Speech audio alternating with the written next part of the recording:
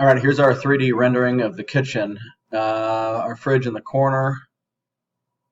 From the bottom here, it's 36 inches and 38.5 inches wide. Your pantry, there aren't any rollouts in here. A couple drawer stacks, Lazy Susan in the corner.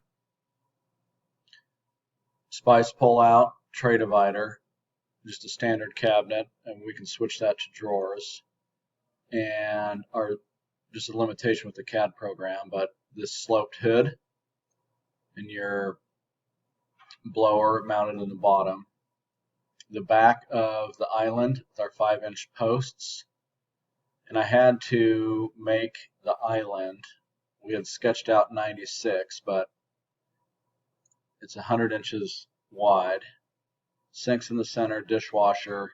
We had to make it wider to have this cabinet of some reasonable width. I mean, it's pretty skinny as it is. 5 3/4 on the inside. But microwave here, but 100 inches long for the island. If we look at the plan view, these blue lines represent 42 inches of walk around. So from the end of the island to the fridge wall is about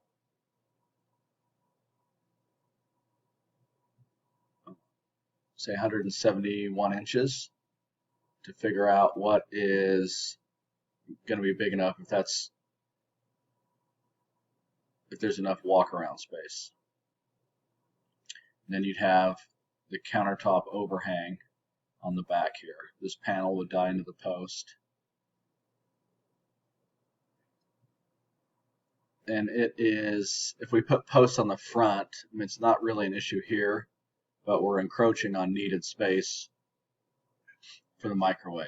But I know we had talked about just putting posts on the back.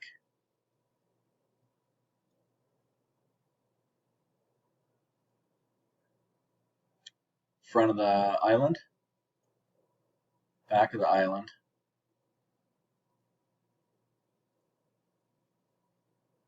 hood wall, and these doors are even. So the center of the hood from the right is 108 inches.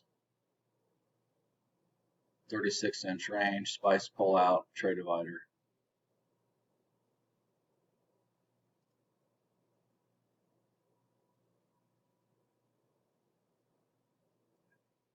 And then the white perimeter, and this is the oak island. All right, let me know what you think. Thank you.